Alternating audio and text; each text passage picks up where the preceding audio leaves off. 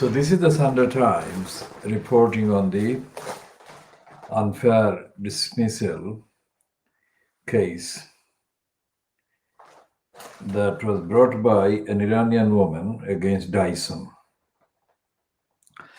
And her statement after the tribunal ruled in her favor.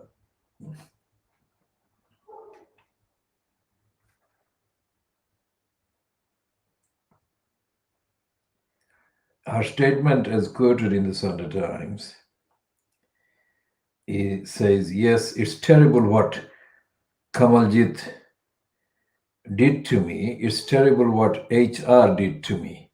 But it's good that I'm in a good country with a justice system that I trust. Her lawyer, Leila Moran of Lee Day, said, my client has fought bravely to bring this case to tribunal. And the judgment is a powerful moral victory. And Chana, Kamaljit Chana, a Sikh who had caused traumatic pain in her by accusing her of all sorts of things because she was a Muslim. That is how. And he said, I had never met someone from Iran before. So I commented that was interesting, and Iran seemed to be in the news a lot. Now, Kamaljit Chana is a conservative councillor in Harrow. So we shall come to conservative councillors in Harrow and everyone else. My comments were not about whole community groups. This would be entirely unjust. He said an appeal is being considered. Now, Kamaljit Chana says that his comments were not about whole community groups, and yet he called Muslims are violent. And the fact that he said that our girls, that is Sikh girls, and by implication probably Hindu girls or others, not Muslim,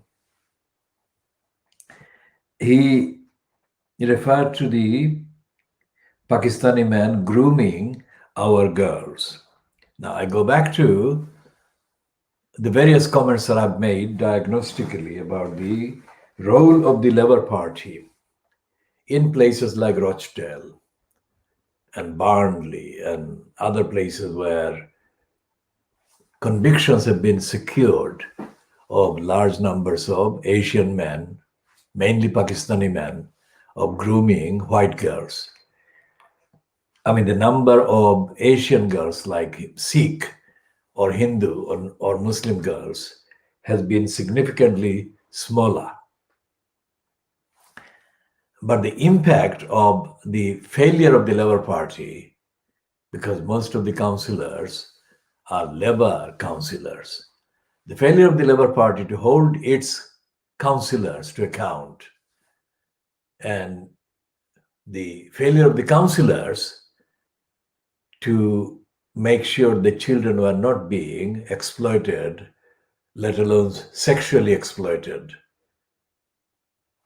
has impact on absolutely innocent people like this particular individual from Iran, who came from a poor background in terms of wealth, and she only got a degree in Iran because her grandmother said to her that she should take her grandmother's savings.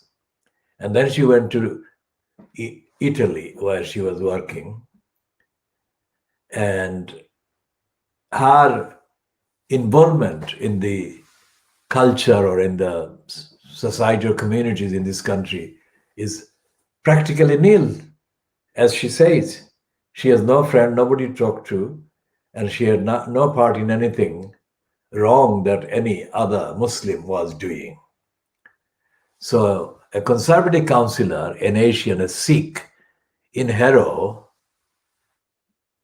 should have known that, or should have been respectful of the possibility that this person, a young woman who has been only here a short time, had nothing to do with being a Muslim in the criminal kind of allegations that have been floating about against Muslims as a whole.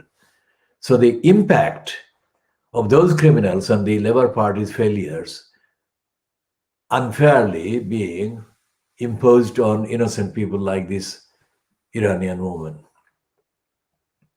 and by extrapolation on the rest of the Muslim population who are innocent of all these crimes or whatever and wrongdoing.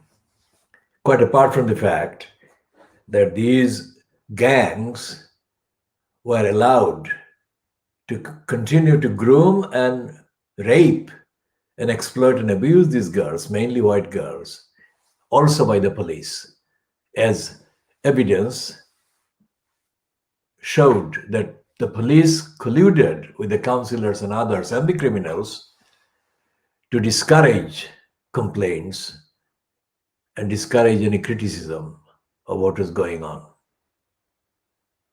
Think about that. And there is nothing. The diagnosis of the Sunday Times is that there is nothing of what I've said, nothing in this piece. And without anything being connected, there would be both the racism and anti-Muslim hostility and hatred by the Dyson company personnel and Sikhs and other non-Muslims, as well as by others who are racist, overtly racist and anti-Muslim.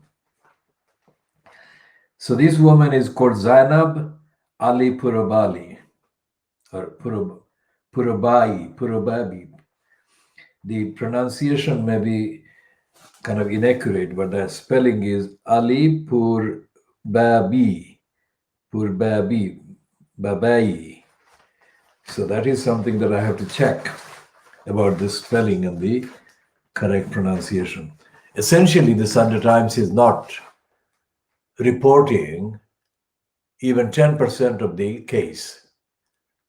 First of all, the likelihood of a Muslim winning a case in a tribunal or a court case, civil court and a county court or high court in this country, on the record is very small, because the court system, the tribunal system, is totally geared to obstruct, to deny, and is biased against Muslims.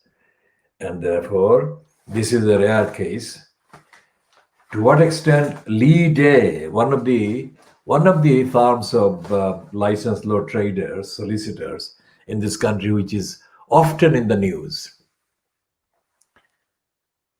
featured in the Daily Mail and that kind of right-wing publications, as being overly anti-British and overly enthusiastic for the human rights and similar causes. That is not true, but that's the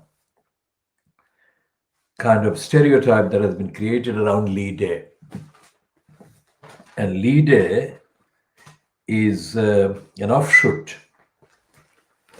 of the collaboration between Anthony Lester and Jeffrey Bindman, the two kind of licensed law traders who in the 1960s collaborated about what was to become the race relations legislation, a series of race relations legislation. And they are the ones who wrote the book, Race and Law, where they actually quoted Thomas Babington Macaulay and his racist, imperialistic, Englishistic education plan for the subcontinent in the 1830s. 1830s. So T.B. Macaulay's Education Act, whatever, was identified by Anthony Lester and Jeffrey Bindman as being typical of the racist nature and organization and attitude and origin of the British legal bureaucracy. Now, despite having done that, and to the attention, bringing that to the attention of activists campaigning legal rights advocates like myself. Both Leicester and Bindman failed. Leicester and Bindman failed, and also Lee Day. It's kind of one of these offshoots.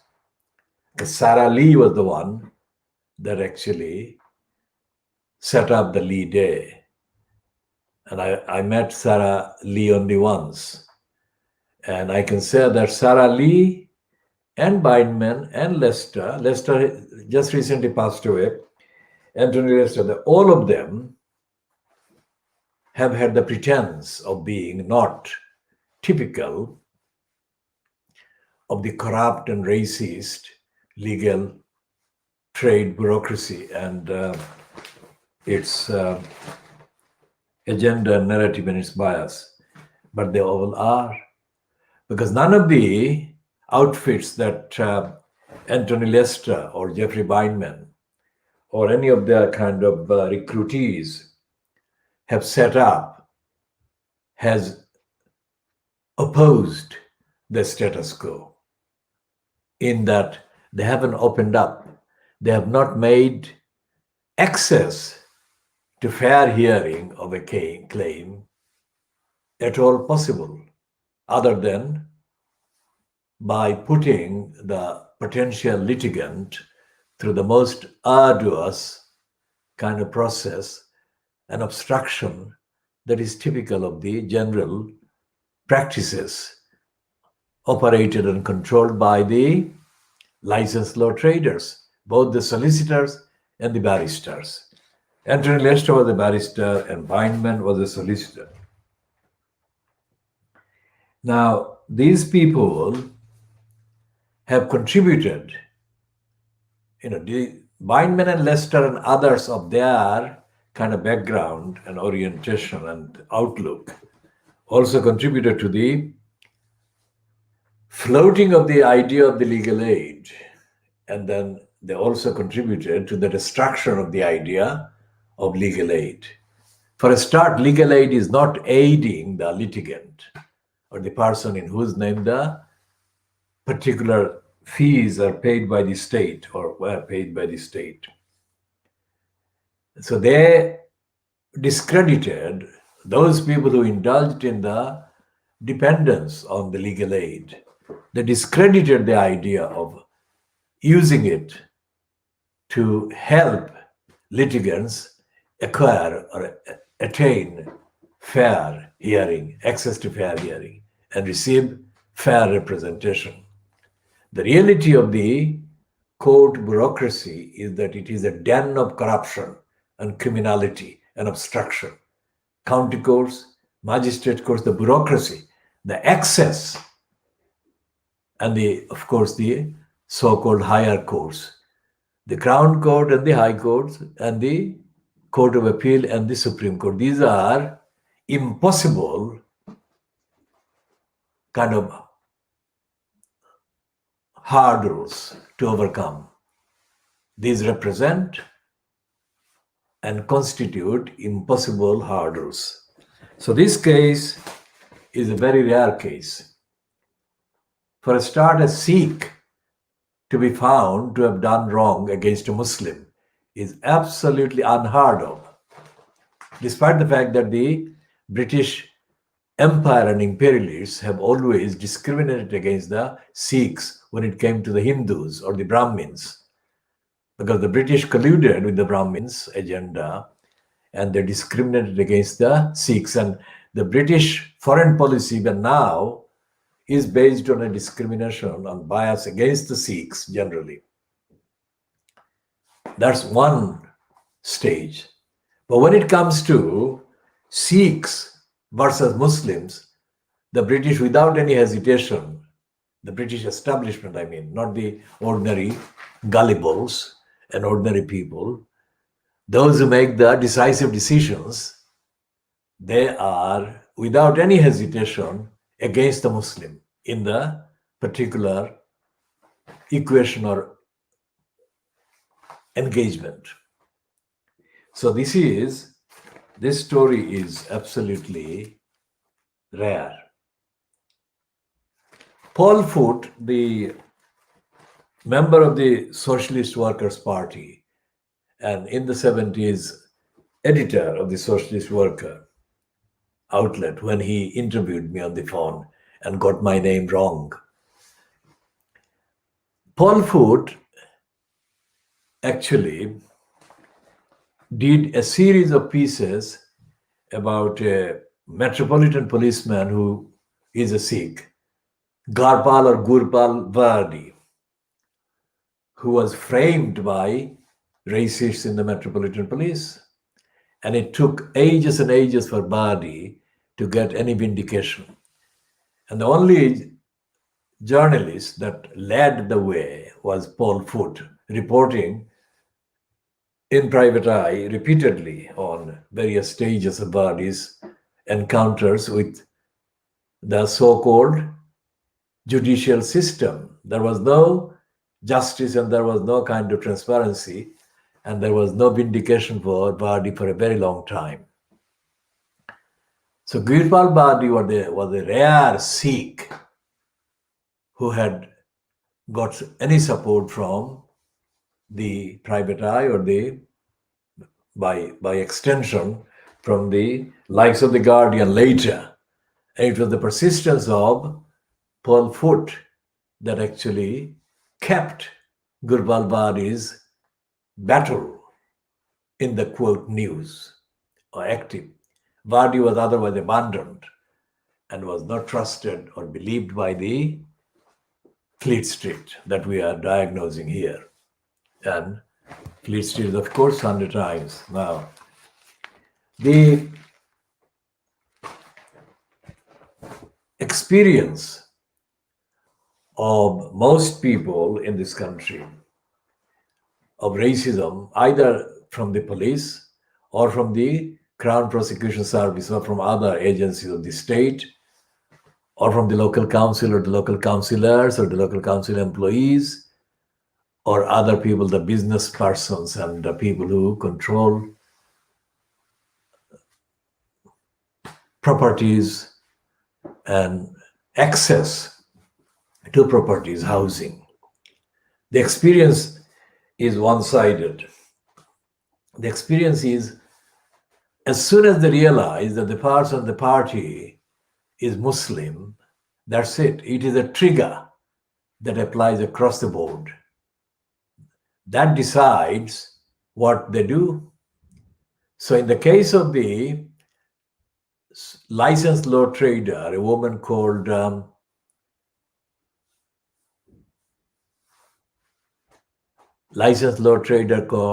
Henrietta Manners, who is full of bad manners, racist bad manners.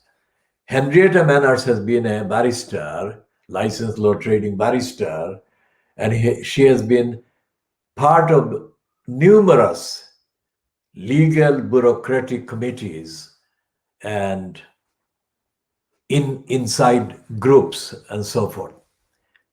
And she, in my experience, is a practiced racist liar, and she's a conspirator. She conspired with another woman called Judith Goodman, who is a so-called family law kind of solicitor. And Goodman has been a deputy district judge. Now, the damage that Henrietta Manners and Judith Goodman have done to humanity cannot be calculated in the course of one particular kind of comment piece here, except to say that this will be the subject of a series of detailed evidential factual analysis. Except to say in this context that Henrietta Manners conspired with Judith Goodman, and Judith Goodman and Henrietta Manners were aided and abetted by non-judicial personnel in place in the courts at the time.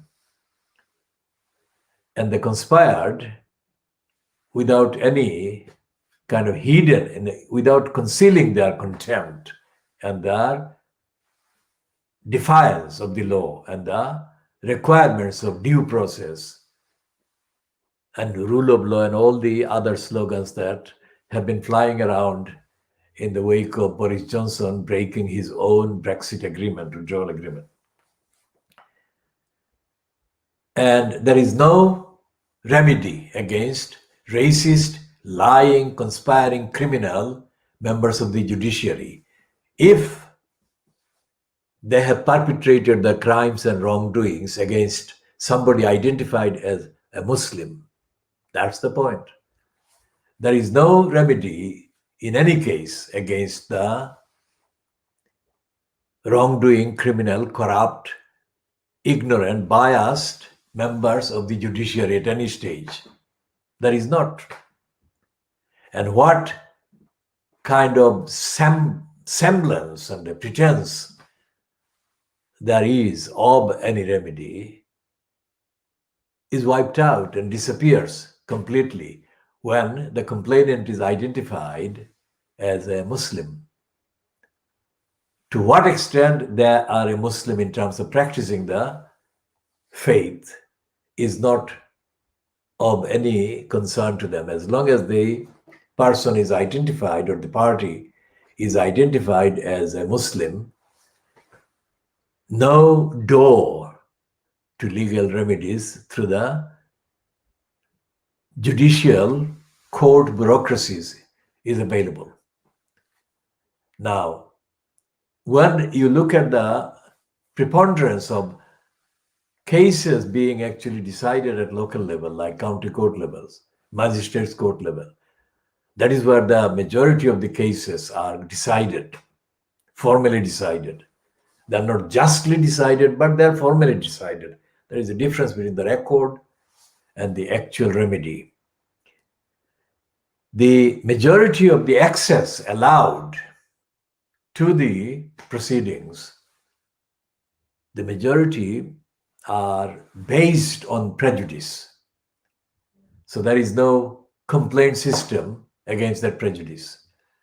And if a party or a person who has been wrongly kind of treated by a licensed law trader that they had to hire or they so-called instructed, then such an experience is frustrated quite easily and typically. So there is no law, there is no rule of law, there is no due process available for Muslims in the absolute majority of the cases in this country, in Britain. Never has been. Now, when Gurpal Vardi's case was being updated on by Paul Foot, the basic facts were there, but not all of the facts. What I'm saying was never published or spoken of in the life of Paul Foot. He never said anything like what I'm saying. And even Gurpal Vardi has not said anything remotely as extensive and wide-ranging as I have been saying. Now, there may be reason for the kind of discretion and the kind of reluctance on the part of the litigant and the victim, Vardi. And he may have been intimidated, he may have been discouraged and deterred. As far as Paul Foot is concerned, for a start, he was not a lawyer. And by lawyer, I don't refer to any licensed law trading from the Law Society or any of the Inns of Court, for Inns of Court. What I mean is knowledge. The knowledge that I have of the law and laws and legal systems. Paul Foot was not a lawyer, and so therefore he didn't understand most of the things that went wrong in the legal bureaucracy. By things going wrong, I'm referring here to the founding charter, aims, declarations, agreements, conventions of international treaties and international kind of protocols that the UK had already been a signatory to. When Vardy's case has began, there had already been many international treaties and charters and conventions that the UK had already signed. So therefore, there was no shortage. If Paul Foot knew them, or if he wanted to refer to them, there was no shortage of lists of treaties and obligations and charters that the UK was flouting, breaking, but he didn't. So what actually happens in Fleet Street is that it is a little English, little Englander kind of outlook. The world doesn't exist. These treaties don't exist.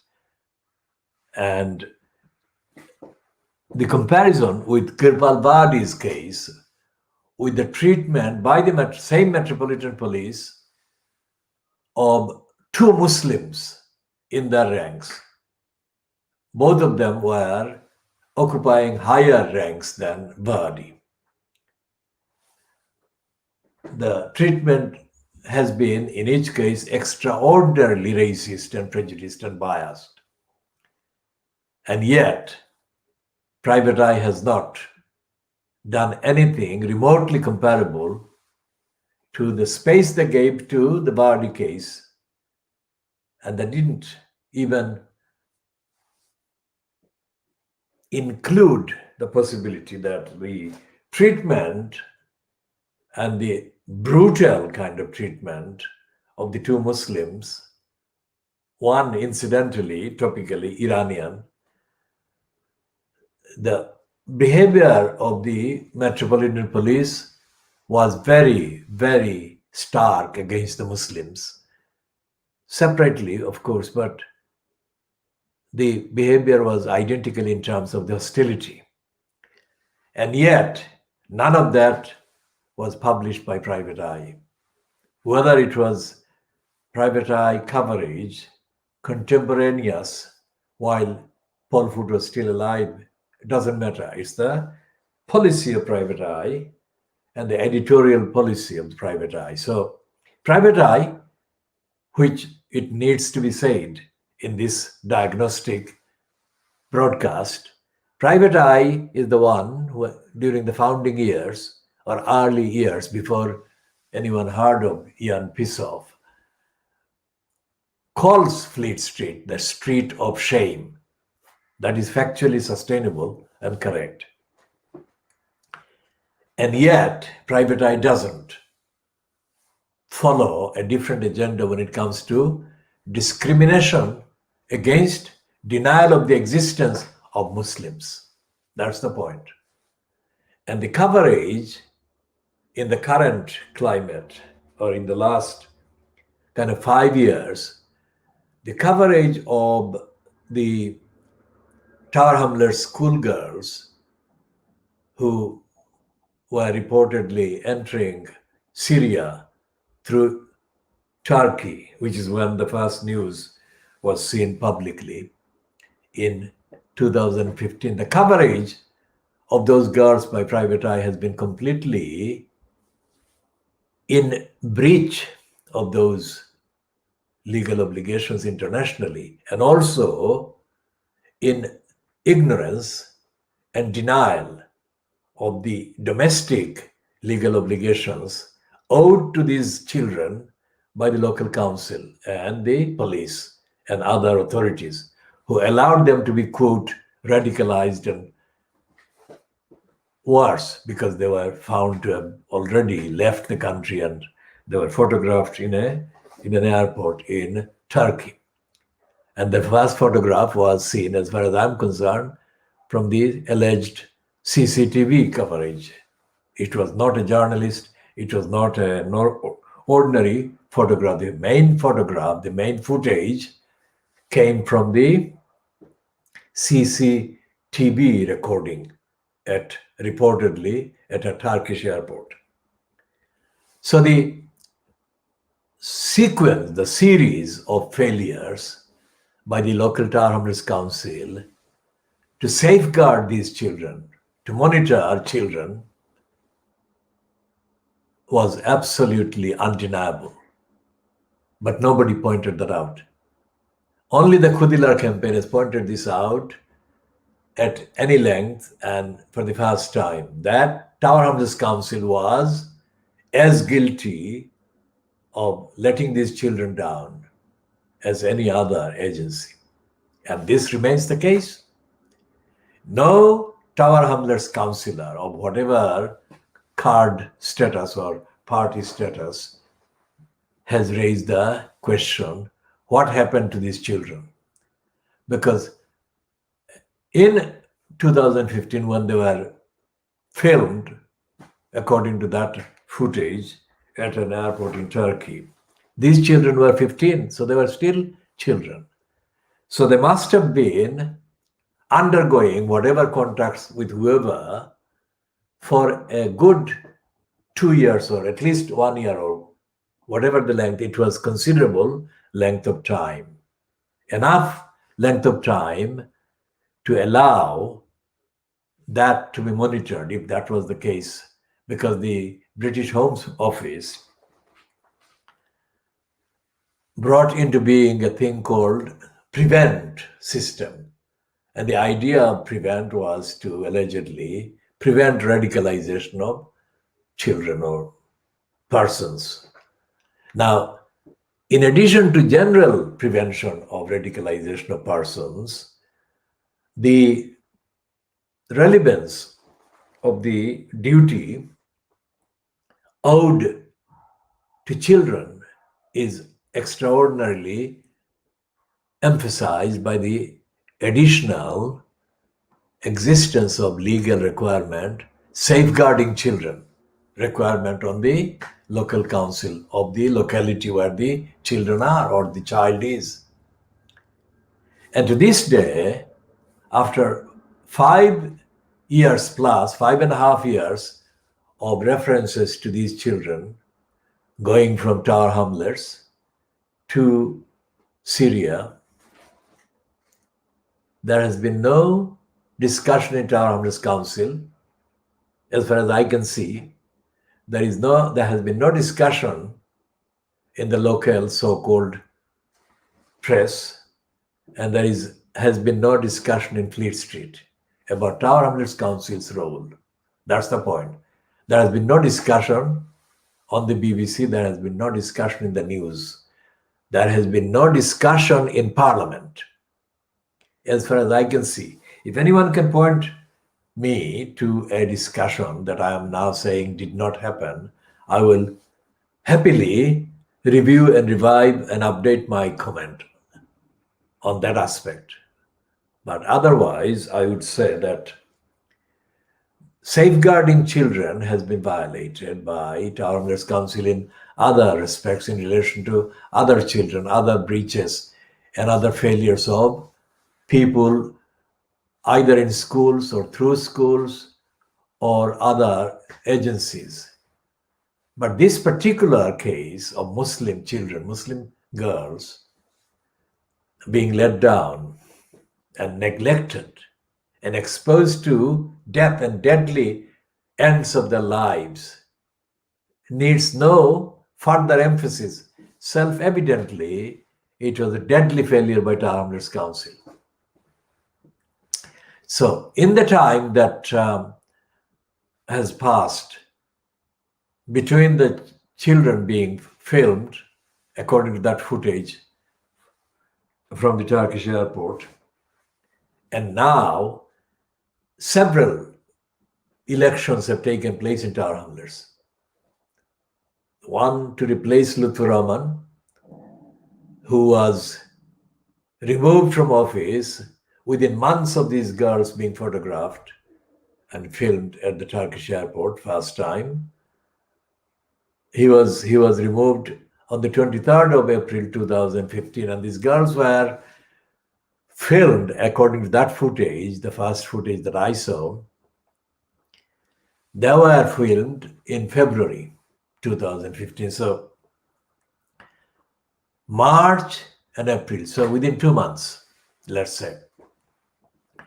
Within 2 months of these girls, these children being filmed at the Turkish airport entering or going to Syria. Luther Roman, the mayor, the executive mayor in place in the name of Tower Hamlets Council, the Tower Hamlets Borough, was removed by Election Commissioner Richard Morey, a licensed law trader, quote, QC, who sat as election commissioner to hear the petition brought by 4 persons. Now, none of the 4 persons said anything afterwards, after the 23rd of April decision by Richard Morey about Luther Roman having failed to uphold the duties, including duties as owed to children and families under the safeguarding of children requirement. And in the elections that have happened since the election of 11th of June 2015, where an election had to take place to fill that post of executive mayor, there was no discussion by any of the candidates that stood for that election about the safeguarding children, about anything else that the council owed to the community and to the children or the affected persons. So that was in June 2015.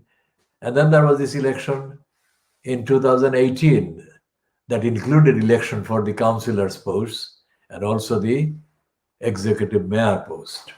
And none of the candidates or contenders or quote parties remotely referred to the safeguarding of the children duties, let alone expressly to those 3 children, these female children that got completely neglected and their lives totally destroyed. And the latest one, the one that has survived, is Shamima Begum. Just imagine a child, I mean, she is still very young. She has lost 3 of her children. 3 children she lost, one after the other. How traumatic for a human being must that be? And I'm not saying that the losses were directly kind of connected to the failure of Tower Hamlets Council, but that situation she found herself in was a direct result of failures, including the critical central failure by the Tower Hamlets Council doing its job, safeguarding children, that could have prevented that child from finding herself in that position. And Shamima Begum's life is destroyed. She is alive, but her life is totally destroyed. That's the implication. That's the impact of a local council failing. And that's the impact of the media failing to point to that failure. So diagnosing the media in Fleet Street media today and diagnosing the Sunday Times coverage of "I don't like Muslims," Dyson manager told engineer. Now, they could have said, Sikh manager at Dyson told an Iranian Muslim woman. But they won't say that, because they would only say that if the person against whom the allegation was being stated were a Muslim and the other party was a non-Muslim. That is the agenda, that is the narrative. And that is why this agenda and this narrative is destroying lives on the basis that the lives destroyed and affected and impacted on are Muslim lives. And that is in breach of all the anti-discriminatory human rights statutes, instruments, declarations, charters, agreements, conventions to which the UK remains signatory. And the media are colluding with the same racist agenda that Boris Johnson relied on and peddled and promoted in order to get his position ahead of anyone else as the kind of leading Brexiteer.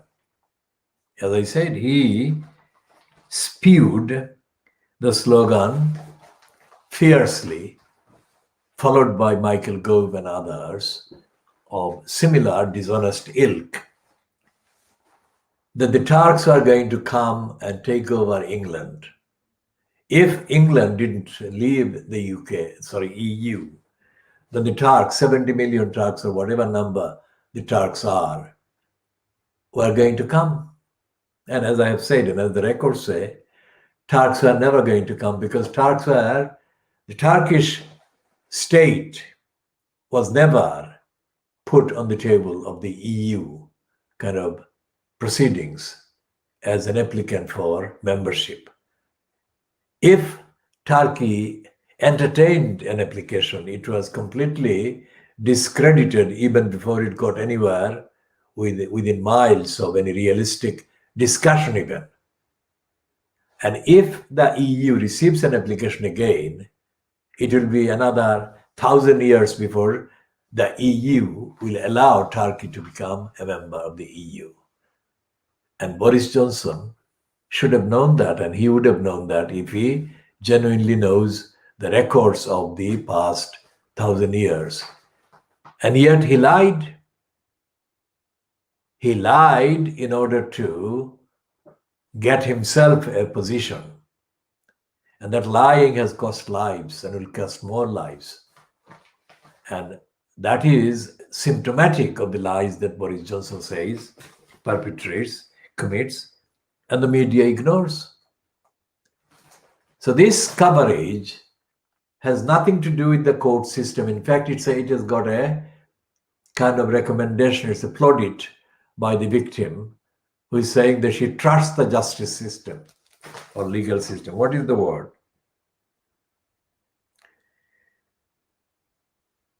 Let us say what her actual quotation is. Yes. But it's good that I am in a good country with a justice system that I trust. Well, that is ignorant. There is no justice system. Because even this tribunal ruling and the contents do not do her justice. It's only a token, symbolic thing. And I'm sure that she was kind of allowed to, quote, win this tribunal claim for her gender. It is quite possible. I don't know the actual details of the interaction that took place there, but that is a possibility because several judges in the last 5 years have been reported as having let a woman defendant walk free in criminal cases, including one or even more than one, quote, judge saying that an attractive woman deserved to be acquitted even if she was guilty. So that's the corruption, the other aspect of the corruption of the judicial bureaucracy in this country. And as I said, there is no remedy against wrongdoing, criminal, racist liars who sit as judges. And if you make any allegation or complaint against individual law traders to their, quote, professional bodies, then you will spend the rest of your life working out the mountains of lies that they put in your way. So it's a historical, cultural climate of lying and lies and denials. The whole legal system is corrupt to the core. The legal bureaucracy is corrupt to the core. And Anthony Lester and Jeffrey Bindman, despite the fact that they pointed out the racism of Thomas Babington Macaulay in their book, Race and Law, they failed. Lester failed, Jeffrey Bindman has failed to point out the injustice that is perpetuated today, not 1830s, the racist injustice and anti-Muslim injustice that is aggravated every day in this country. Now, tomorrow, 21st of September, is the date when Robert Jenrick is going to end the ban on eviction proceedings through the court system. It is statistically absolutely inevitable that the number of defendants against the eviction proceedings claims and applications, possession applications, will include significant numbers of Muslims. So if the judges in the county courts, where most of the applications will be rubber stamped, if the judges perceive that one particular defendant or respondent is a Muslim, because not every Muslim's name is obvious indication of their faith, then the judge or the judges will rule against that person. That would be the tendency. That would be their inclination. So we shall be covering this more in due course, but that's the discussion about that case and the judicial system and its racism. Back to Paul Foot and the private eye references to the legal bureaucracy and system. Private eye is completely disorganized. There is no system of accessing the proceedings, the references that they make to the particular hearings. They're not accessible. So it's shrouded in an intentional kind of maze of intractable, kind of inaccessible information, which can only be read as a glimpse in the private eye printed version, but which cannot be accessed in full by following the coverage online or by going to a particular textbook or particular source of the quotation or the reports. That's the general thing. And that actually is a contradiction and a denial of the pretension that the private eye presents when it calls the Fleet Street press as the street of shame, or Fleet Street as the street of shame, and because private eye is not transparent, and it is most intransparent on most of the things, and that is probably what it thinks is its secret. And the reason why it is able to do that is because the rest of the street of shame does not examine the agenda or the mythology that is perpetrated by private eye. For example, the Rotten Boroughs column is completely useless. It tickles people and says things like this council or that council is doing corruption. It never follows up. It never connects most of the stuff with any prosecution or with the absence of the councillors holding council employees or the council executive to account. So that is another exclusive diagnostic gem that you have heard here. If you have heard it before here, then it is likely that it came from the same source, same author, same presenter, same speaker, because there is no culture of journalism in either kind of camp, if you like, the street of shame, or in private eye, the street of shame so-called critics. Both of them are in denial, and they are not transparent, and they are not telling the readers and the public the truth. And in the case of private eye, there is no reporting. There is no reporting of the proceedings of the, quote, higher courts, or indeed of the lower courts.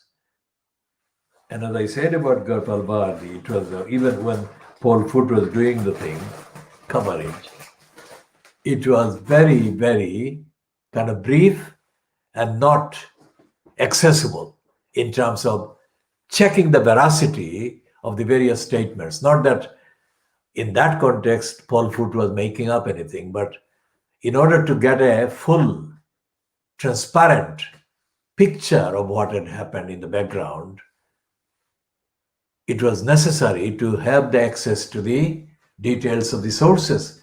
Paul Foot never gave the sources really in a way that was accessible. And when Robert Jenrick, the so-called minister at the expense of housing, takes over, his role as the victor's kind of friend tomorrow, hundreds of thousands of people will lose their homes and their housing rights, and they will be left on their own to suffer and to lose their homes and everything else. And there is no sign in the interview that Sunday Times has been running today with Keir Starmer, who learned his leadership skills from the time he had with the donkeys. There is no indication of anything being wrong in the legal system bureaucracy. Keir Starmer is, of course, a former director of public prosecution who was in control of the Crown Prosecution Service during the Conservatives. And he added a harsh, unjust provision against the poorest people in the last week of his time as the Director of Public Prosecutions. So Keir Starmer is not going to uphold even a symbolic demand against evictions and against homelessness, and against, most certainly not, against the corruption and racism and obstructiveness by the court system that are going to continue and resume their role as rubber stampers for the evictors. This is very serious disorder and failing in this country. And it's nothing to do with the current pandemic. It's nothing to do with the current Brexit kind of illegality. It is in the culture. And the culture is empty, bereft, and devoid of the legal obligations and the human rights obligations, international treaty obligations that this state owes to people in this country, because all the treaties and obligations and charters are not about other countries. It's actually about people in this country. And there is no commentary coming from Keir Starmer, of course, and not from anyone else in the Labour Party. What frontbenchers there are, and we make this particular comment in the week following the intervention by Ed Miliband, that his speech was an exception in every way. And after his positive reception by observers, I think Keir Starmer would be hesitant to make any kind of arrangement whereby Ed Miliband gets a similar opportunity very soon. So there is no sign that the Labour Party in Parliament is going to kind of demand compliance with all the treaties and charters and entitlements and conventions. And there is no sign that the Labour Party is bothered about the violations of the obligations as owed to the refugee or refuge seekers and asylum seekers. And there is nothing on the agenda that says that the war trade, the arms sales, and the dependent and the related kind of diplomacy and the foreign policy must be altered let alone be dropped, let alone be replaced by something against war, against arms trade, and against neo-colonialism. Keir Starmer is not leading the Labour Party to that kind of objective. So the Sun on Sunday, quite apart from the magazine, which is less kind of central to the diagnosis, there is this man called Peter Bone. Now he has been, apart from Bill Cash, one of the most persistent kind of faces on the conservative backbenches in the House of Commons, who has capitalized on racism and anti-migrant kind of hatred in their party and in their culture.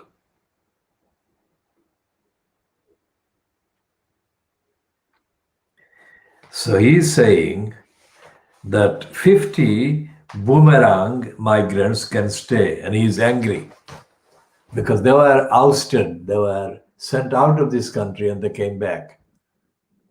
And that is an outrage that he thinks is too serious to be ignored, and it shames the patriotic English British government and country and exposes our country to takeover by the migrants. That is how stupid Peter Bone is. And the Peter Bone's stupidity is exacerbated by the Murdoch Sun on Sunday, giving him that prominent space on page 33. And this is not about any of this.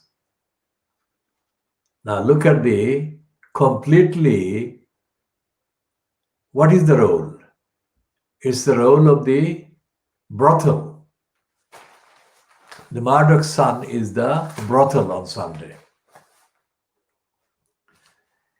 And it is not about the illegality, the breach of the international law, or the breaches of international law, the breaches of the internal UK domestic legislation, the corruption and the criminality of the court system, the imminence of the destruction of the rights of so many people affected by the eviction, and the pangs of sufferings, of the silent sufferings of the families and children being kept in unsuitable accommodations across the country, and the anxiety, endless anxiety of the hundreds of thousands kept on the housing waiting list, individuals and families. And there is no sign of any concern for the victims of poverty that is being foisted under any excuse by the corrupt system that is rewarding the hedge funders and others under the cover of emergency action package done under the COVID-19 or the pandemic. So the newspapers, if the Sun on Sunday is anything to go by, are in denial of the basic facts that affect so many lives. So when they say that they are concerned about migrants coming and affecting and taking over this country, which lives, whose lives are they concerned about? I mean, the native people, the gullibles, the indigenous people, all these millions of people being affected by the Tory denials are indigenous white people. So why isn't there any evidence or evidence-based coverage of their sufferings and their denials? They're being robbed and deprived in the Fleet Street papers that actually stands on the emotional slogan that it is patriotic. The Sun on Sunday is patriotic. The Sunday Express is patriotic.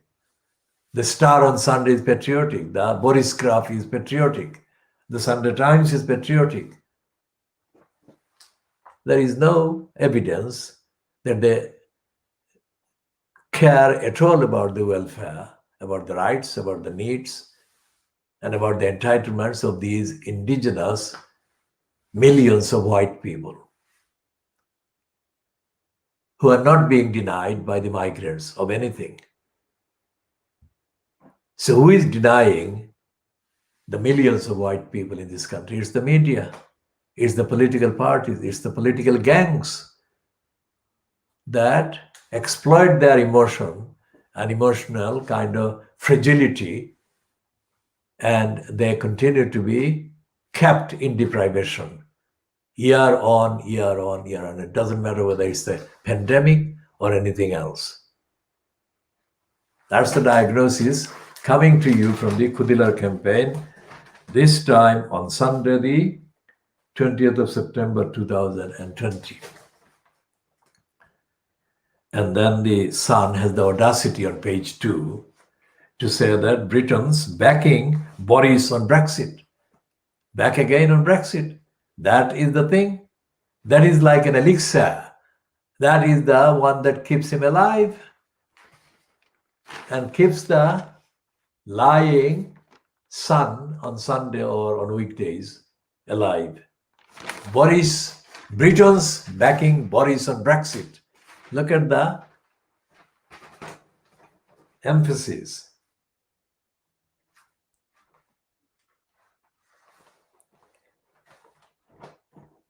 And they're saying, do you think Boris Johnson would carry out his threat to break part of the agreement? 53% say yes. And 20% say don't know. And 24% say it's a tactic in negotiation. And what the EU is asking for in trade talks is unfair and unreasonable, according to supporters of Boris Johnson. What kind of question is that? That is not the right question.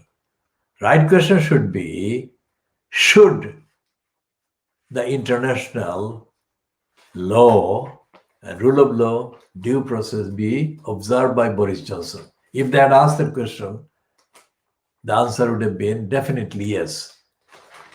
But they didn't. So the twisted question is given a twisted answer, and they're running that twisted answer in a twisted, false headline. And there is a whole lot of tidbit stories about the COVID lockdown, and including the one about Boris to impose COVID crackdown till spring. And there is no evidence or evidence-based report in the paper about how, from A to Z, the failures connect to the culture of absence of accountability. There is no accountability in any of the agencies of the state. And there has not been. And there is no reference in any of the papers about that. And the Sun on Sunday is talking about Boris Johnson. It's the saving of the career of Boris Johnson that they're concerned about. Sun on Sunday and the Express and the Boris Graph, of course. But they don't talk about how this came to be the position. If a natural disaster took place in this country, then many people who otherwise should be saved and protected would lose out and would suffer because there is no real preparation to deal with emergency of that scale, which the pandemonium in the case of the government's failures on COVID-19 illustrates that, shows that. And again, The media is not talking about that. And again, the opposition is not talking about that. So when it came last week to Boris Johnson's law-breaking, lying bill being stopped, the only hope that could pin on anyone was the rebel Tories. And I said before the vote, I said that that would not work. That would never be enough rebel so-called Tories who would vote Boris down. There would never be. Because the Tories are banking on the lies that they actually shared with Boris, and they voted for Boris. Even at that stage where he was standing for election to become leader of the Conservative Party, all the evidence showed that Boris was lying and unfit and would damage the country and damage the people. Yet the conservatives still voted for him in the full knowledge. In broad daylight, it was obvious that Boris was cheating and Boris was in denial and Boris was failing to answer questions, failing to appear on forums and platforms to answer questions. And they still voted for him. And all the evidence pointed to the possibility that if a competent, organized, and rigorously active and analytical and campaigning opposition existed, no matter how many people ran the opposition, whether it was a team of 20 or a group of 50, it didn't matter. The evidence was there that could be correctly put to the use that it should have been put to, but it wasn't, because the leadership that was needed was absent. The leadership was given to a garden gnome, Jeremy Corbyn. Now his replacement now, since, is not a garden gnome, but he is a person who learned his leadership skills by handling donkeys. Now, it is a crafty way of putting it, as he has put it to Caroline Wheeler in the Sunday Times. But that's not most of the story. You cannot compare that with handling MPs. That is absolutely insulting and completely stupid and irresponsible.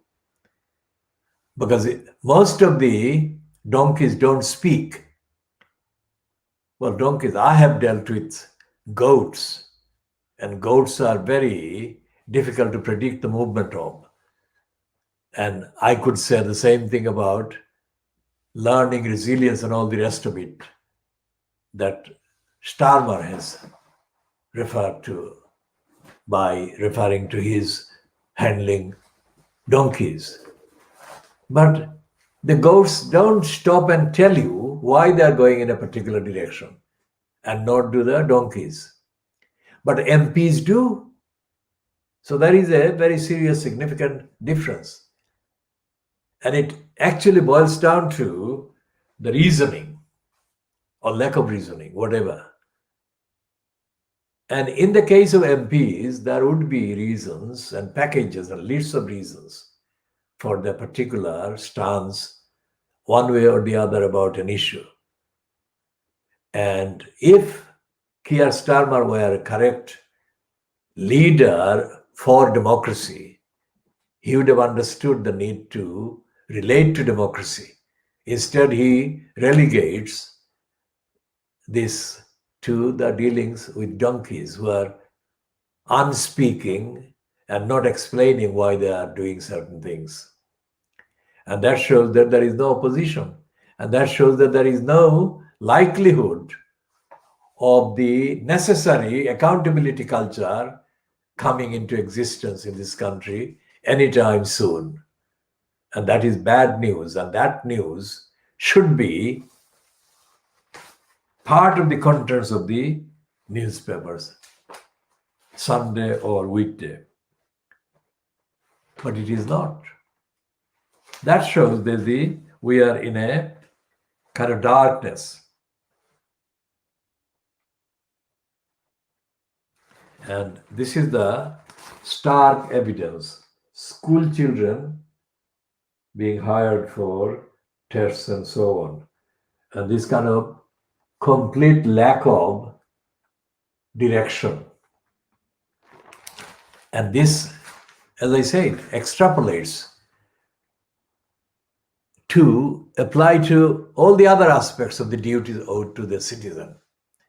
And this diagnosis is aimed at those who defy and exploit and deny and target the citizens. Citizens used with a small c, because citizenship is a contentious concept in this country. It's a monarchy, and culturally, citizenship and the citizens' rights are anathema to the monarchy and its kind of culture. And that ties with the absence of accountability and narrative that is rigorous and transparent for the benefit of the person affected by the decisions and negligence of those who are in positions making decisions about people every day. So they're saying that school leavers are hired for labs and then bid to plug testing gaps, yeah? But this is not explaining. This is not locating the fault and the failures and the negligence at the door of the ones who owe explanation, who have caused the disastrous failures. Now here is a piece by Tony Parsons, who is peddled as being warm-hearted and acid-tongued. Now, Tony Parsons is supposedly from a working-class background in Britain, and any student of the working-class backgrounded person being given a position by the not working-class controllers of the means of production, etc., and the propaganda in this case, any student would know that the ordinary working class person who is given a post like that, or a spot like that, or a platform like that, behaves identically to the behavior of the mental slave Trevor Terrible Phillips, because he is a black-skinned person given a serial platforms by the racists and anti-black establishments and employers and users, and has been treated as the official mental slave for Britain. Behaves in the same way.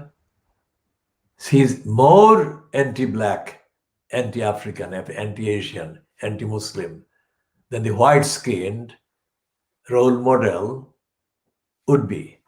So similarly, Tony Parsons is more against the people of his so-called class than the people of the opposite class would be.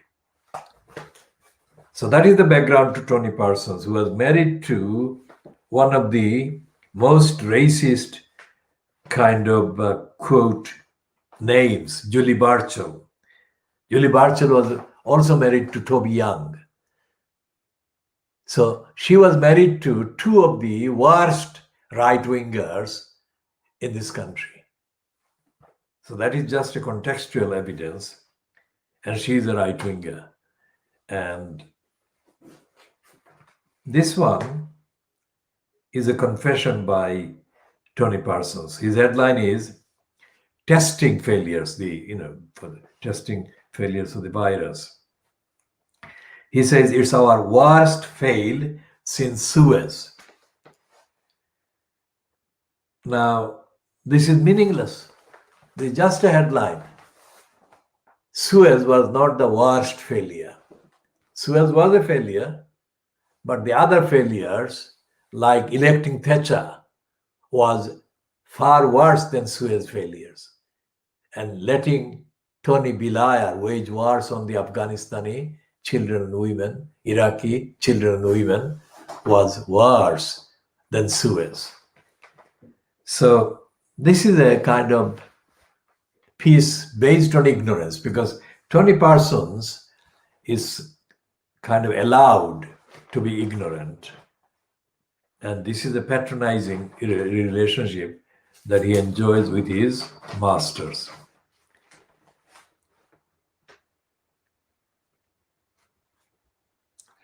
And this Labour MP from the Northeast, Bridget Phillipson, Shadow Chief Secretary to the Treasury, has been given a space in the Sun on Sunday. And this is a thing in the run-up to the annual conference, which is going to be a virtual conference. And the headline says the Labour under new management, and then within brackets, you cannot do much worse than the last lot. And they're running a picture. In the main picture is Keir Starmer, and the smaller picture is one of Corbyn standing there with his one-time girlfriend, Diana Abbott. Now, this piece by Bridget Phillipson. Bridget Phillipson is described here as the Shadow Chief Secretary to the Treasury.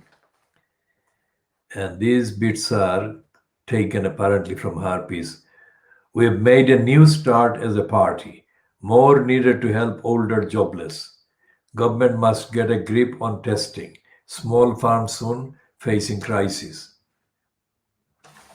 And the main editorial in the Sun on Sunday saying that Boris Johnson must take back control of the crisis. And there is a dig at the BBC as usual. And there is a piece which is more interesting, that this racist, they don't call him racist, but I call him racist, James Nasty, whose name is spelled Nochty, has got £175,000 for 23 hours on air. Now that is a legitimate kind of splash. But the question is that the Sun on Sunday, or the Sun on weekdays, or the Sunday Telegraph, Sunday Times of the same Murdoch stable, won't say anything about even more sinister abuse of public funds by the local councils if it doesn't suit their agenda. For example, Tower Hamlets Council has caused losses and damages worth billions. And I say billions, not millions, not hundreds of millions. And no media outlet exists that would recognize the crime committed by Tower Hamlets Council alone. And we shall be giving the chapter and verse, as I said, in a particularly dedicated edition or editions. But the BBC is spending £175,000 for 23 hours on air is not an exception. Most of the BBC's money, the license fee payers' money, has been abused by the BBC bureaucracy. Always. I mean, in the decades that I accepted the BBC's kind of reluctant invitation to appear on programs, I was able to use black cab taxi to arrive at the particular BBC studio. And the taxis, I didn't use more than a few times, but the evidence of my using the taxis showed that there was no control on the amount of money that could be wasted in hiring taxis. I didn't have to go by taxis, but the BBC had a plan, arrangement in place, and they sent a taxi. And it was completely out of proportion, the charges, out of proportion. So we shall be continuing in the next edition. This is just 10 o'clock GMT.